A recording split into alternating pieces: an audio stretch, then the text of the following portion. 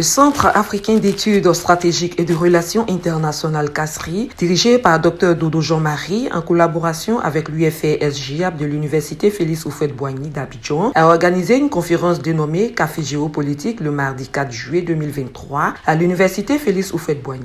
La politique étrangère africaine de la Fédération de Russie après la guerre froide est le thème choisi et son Excellence M. Alexis Saltykov, ambassadeur de Russie en Côte d'Ivoire, en est l'animateur principal. La conférence s'est tenue en présence du vice-doyen de l'UFR-SGIAP, professeur Kadi Dago Raymond, représentant le doyen de l'UFR, et du docteur Dodo Jean-Marie, directeur du CASRI.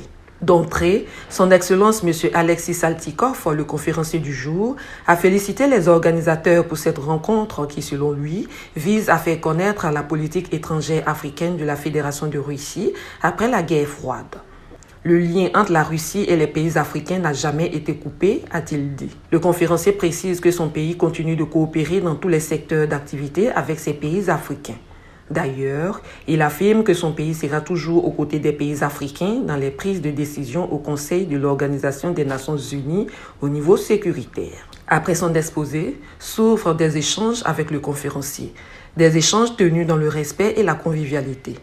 Au sortir de la rencontre, le directeur de CASRI et l'ambassadeur de la Russie se sont confiés à la presse. Ce qu'on peut retenir, c'est d'abord la restitution de la vérité entre la Russie et l'Afrique. Nous sommes allés depuis le 8e siècle pour comprendre que les relations sont anciennes.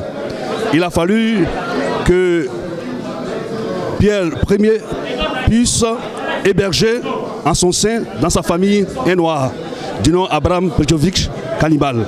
Et les relations sont restées les mêmes. Entre la Russie et l'Afrique, les relations sont empreintes d'amitié, de fraternité et d'intérêt réciproque. La Russie est là pour soutenir l'Afrique et l'Afrique aussi est là pour soutenir la Russie.